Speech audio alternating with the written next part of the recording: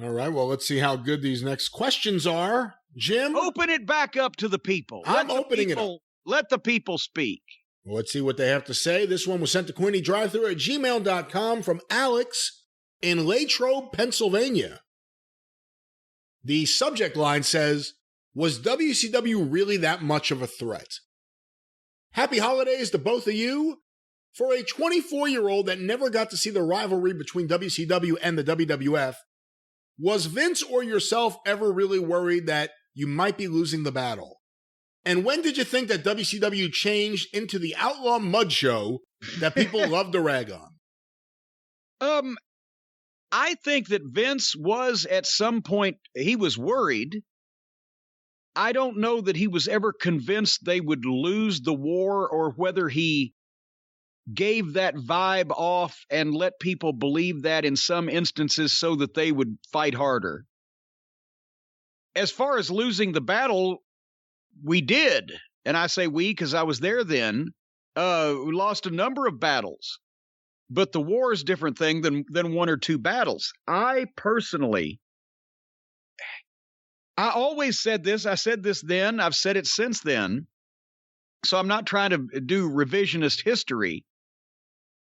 I always thought that at some point what happened was going to happen.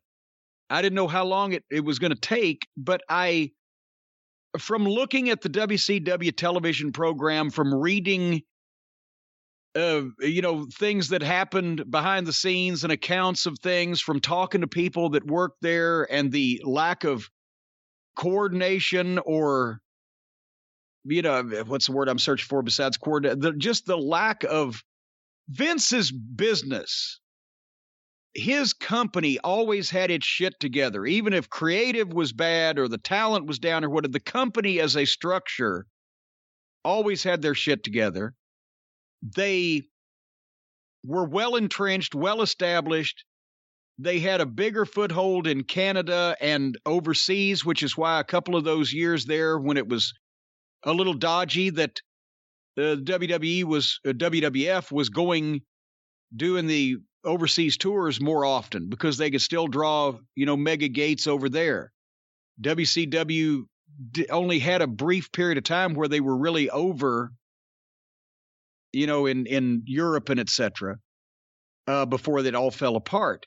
So I always thought that while Jesus Christ, they're doing business and they're outdrawing us on TV ratings or whatever, I could not believe that as haphazardly as I was hearing and reading and seeing that company was run, and all the various things that they did during the hot period, I thought sooner or later wheels are going to come off.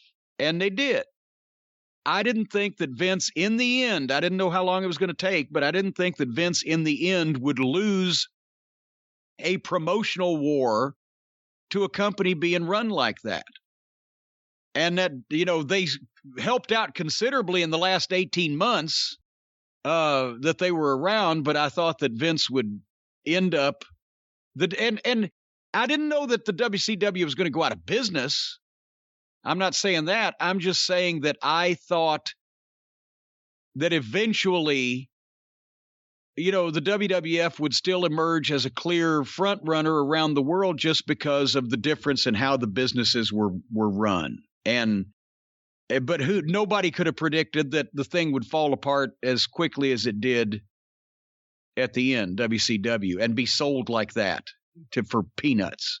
What percentage of the people in the company, in the office, if amongst the wrestling people, I guess I should say, actually believe the whole woe is me, big bad Ted Turner's coming after little old me, I'm just trying to operate myself, I would never do anything to hurt anyone else?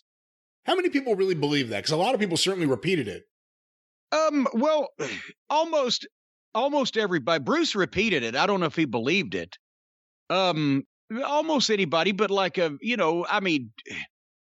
I'm sure Pat Patterson, Jerry Briscoe, JR, deep down they knew, okay, there's a little tit for tat here, but most people had been WWF employees or in the WWF system, insulated, at that point, and they bought all the revisionist history. along with the stuff we've talked about where we're not wrestling. Because you'd get, people that worked at the studio, just the production assistants or editors or, people, whoever, technicians that would say, well, we're not wrestling. Just like they believed it because they didn't know that it was a marketing ploy that Vince had come up with to differentiate himself from professional wrestling. They bought that. Then if you sat them down and said, well, what's the difference? They couldn't really tell you because it was never explained in any way that you could actually grasp how the WWF wasn't wrestling. It was just, we're not wrestling. As that one time in a meeting when Shane brought up, what should we call our performers besides superstars? And I said, well, they're wrestlers that have wrestling matches wearing wrestling boots and wrestling tights while in a wrestling ring working for a company called World Wrestling Federation. How about wrestlers? It was there. I had to do it. I know everybody was mad at me. That's probably why I couldn't have nice things and etc. But it was fucking there.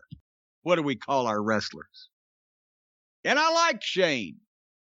He didn't know any better. It's what he was brought up around. Yeah.